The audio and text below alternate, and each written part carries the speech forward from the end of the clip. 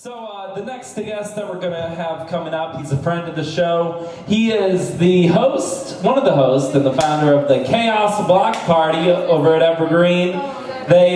He started Hip Hop for the Homeless along with the 25360 Awards. You know, he's a big advocate of just preserving hip hop culture, and a friend of mine. Give it up for Luvva J, y'all!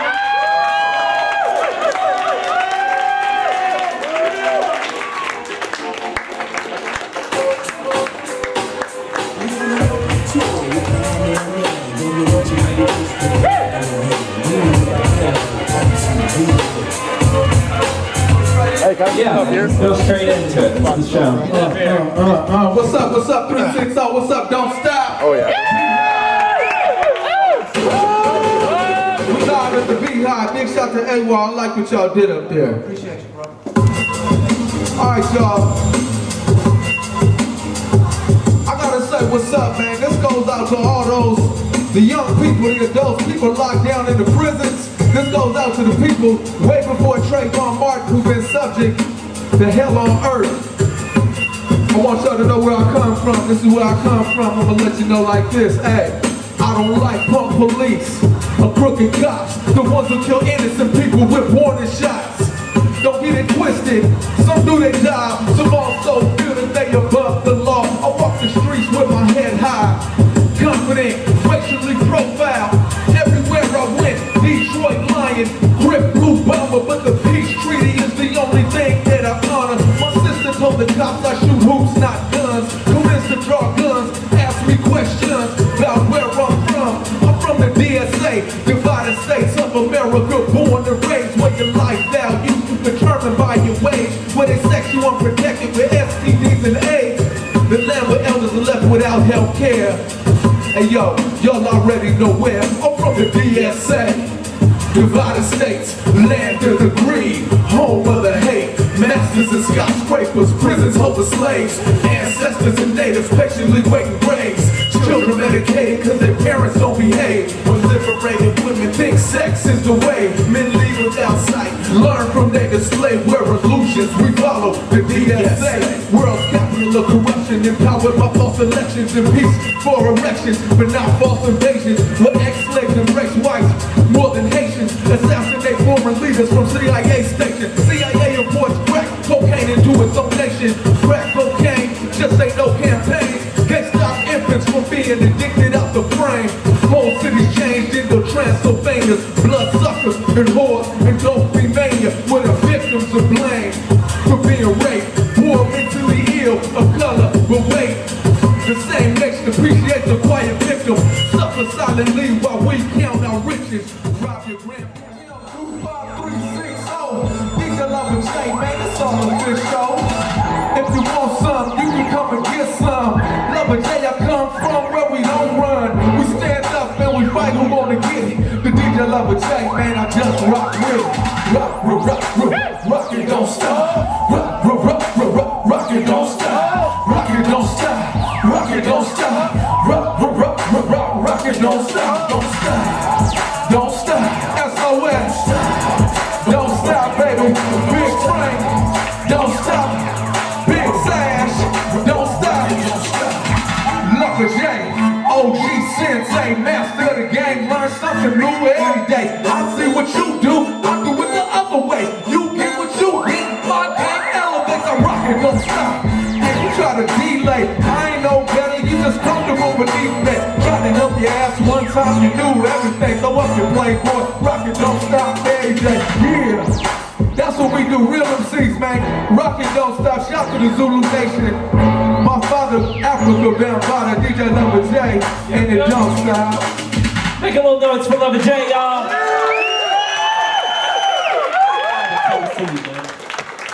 Good to be here, man. Yeah, good to have you here. Over here, my voice is trying to go out on me.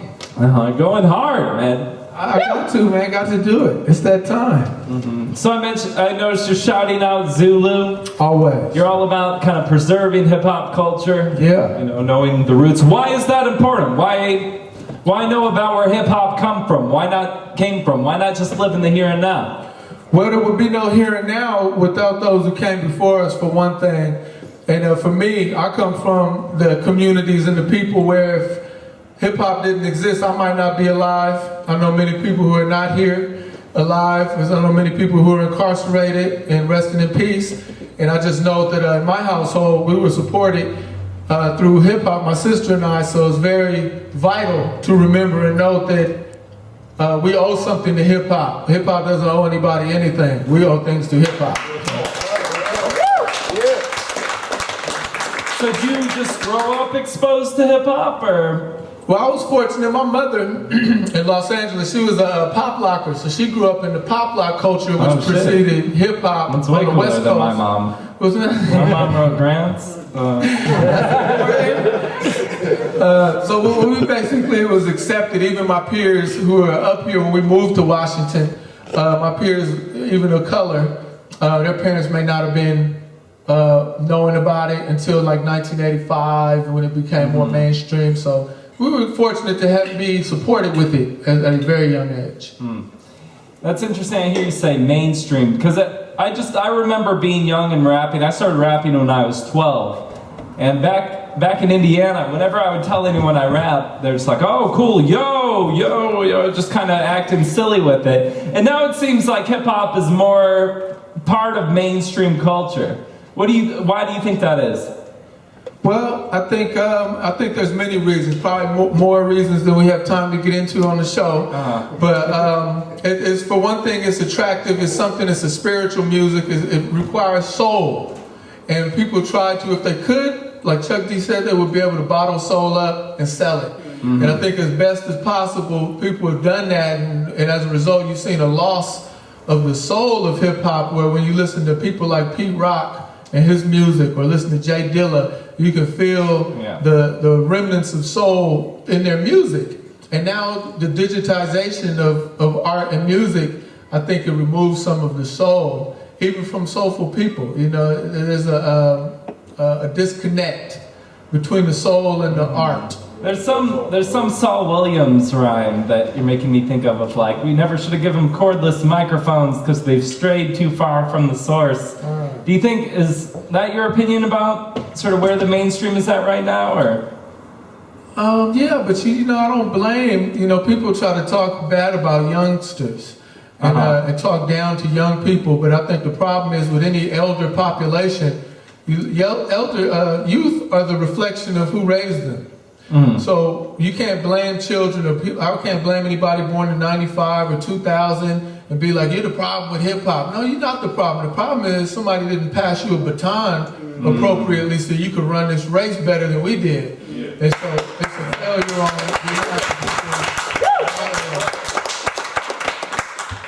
I hear a lot of people say, that's not real hip hop. How do you define real hip hop? What does it mean to be real hip hop? Well, the rule, I think the first rule in hip hop that I've always observed is one thing you shall not do is bite. You shall not bite. You must be original. Whenever you provide anything original, even if it's corny at the moment, if it's like, what are you doing? But if you're providing something no one else has done, you're contributing to the body of hip hop, the culture of hip hop. Because to take from SOS's style, or if I hear these brothers here, or try to take from Hetty Leone's lyrics or something and bite it, I've just helped suicide hip hop a little further. I've helped kill it some more. So that's the fake, and people are afraid to call people out these days. That's not hip hop. Hip hop means you call people out, and today, that's called hating. And that's a misappropriation of the word. When you see people, when you see people biting or misrepresenting hip hop, it's your duty, if you're a real hip hopper, to call them out. Yeah, but we're in the passive aggressive Northwest. Here, Well, I mean, there's something I want to say about that too. We're in a special place. The Northwest is the last frontier of this country. People are very cool out here. The temperature of people is cool. There's only a pocket of hoods in this area. We've been fortunate to not have been touched, other than a handful of neighborhoods in the state, by elements like crack cocaine and gangs. And there's a few places that can say that, and you can see the remnants of that. But the place is polite and as it is for a reason, because there's other places that went through hell on earth for many decades. So we have a politeness and a friendliness for a reason, and people like to be in this region for a reason, and you should be proud of that. The fact that, like the place my family fortunately came from, I'm glad I didn't grow up there, because I would probably not be here with y'all, you know, like many of my peers.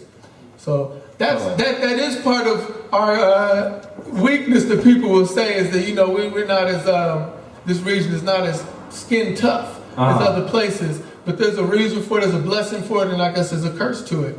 But your duty is, as a hip-hopper, to call out people who are destroying the culture. All right, let's start calling them out, y'all. So I know you got to meet Blastmaster KRS-One recently. He just played at the Royal here in Olympia, Washington. Yeah. KRS-One was here. What was that like, meeting KRS? Well, he's like a spiritual father to me. He's somebody who raised many men I know. His lyrics and words, those of us who follow KRS-One and respect and love him. So it's an honor, you know, whenever you meet somebody who has that kind of impact on your life. And he's one of the people who upholds hip-hop still today. He's not any perfect God or nothing like that, but he's someone I admire and respect. And I remember still KRS, for sure. Yeah. He'd be happy to meet anybody in here. He's very humble. Cool. Well, I know you DJ at the 12:30. Yeah. Right? That's a spot. What day is that? Thursday? Thursday night, yeah. Thursday night. Go see Luvva J out at 12:30. Yeah. Don't forget the Sampan on Wednesday and Saturday, too. Okay. Yeah, let's make a little noise for that. This man is working here. He's working hard. What, you know, I think when you see someone just up there DJing, doing their thing, it looks really easy. What are some of the jobs that you think people don't see when they just see you up there spinning the cuts? Like what's the work involved that maybe people wouldn't know about? Well, I mean, it depends on each DJ, but you want to be, you know, the DJ's trying to, my goal as a DJ, let me speak for myself, because every DJ is different. I like for y'all to take somebody home with you that night. You know, that's the kind of vibe. That's the goal of the DJ. Yeah, make some noise for that. The DJ does, all right. Yeah, I love the party people, so especially with party people come to have a good time. You want to look at the crowd and see who's in the house. You want to make sure the fellas, even when the G's are in the house, I want to make sure they're involved. When the gangsters are in the house, they want to have a good time too. But you got to play the music to get them involved, so it ain't just a bunch of harassing the girls, so women feel uncomfortable. You pay attention to all that. A good DJ is watching all that, because you also want to make sure, you know, that the atmosphere, you create the atmosphere with sound. Remember, it's soul and spirit through the music. So, you know, that's my job, is to be as best a navigator as I can of the club and watch and see who's here. And okay, let me tone it down because they're getting too rowdy, you know. So those are some of the things shortly that I can share. Cool. And I know you've been, how long have you been in Olympia? Were you born here? No, I'm born in the Bay Area. I'm from Los Angeles, and I moved here homeless on the hilltop at the age of 5, and lived in Lakewood, Steilacoom, and moved to Olympia in 1985. Oh, in 85. Yes. So you've seen a lot while you've been here. What changes have you seen in the hip-hop scene? How has hip-hop changed in Olympia specifically? Well, one, I mean, first I enjoy what you're doing with the show. This is very dope. This is part of it. As you see this audience here, and you see the 25360 in the house, a lot of MCs in the house tonight. Connection, yeah. A lot of MCs, a lot of artists. When we first moved here, and I DJ on Chaos, you know, our cousin station. You know, we call it that. We can say cousin station. Yeah. Well, the first DJ out here, I'm next to Nasty Ness, who's from Tacoma. Nasty Ness was at Penny Lane Records in Lakewood and stuff. The other DJ on the radio was Nancy G. She was a female who DJ'd at Chaos in the mid-'80s. So we had a heritage of hip-hop here. And what's changed is people have forgotten that or are unaware of that. So I think it's important, you know, that you let people know the spirit of hip-hop, why hip-hop exists, peace, love, unity, and having fun. These principles still remain, and it's up to us to highlight them. Because it's easy to say, like you said earlier, why doesn't any of this matter? Well, it matters, man, because you're a part of it. You're in the lineage. DJ Luvva J, everyone.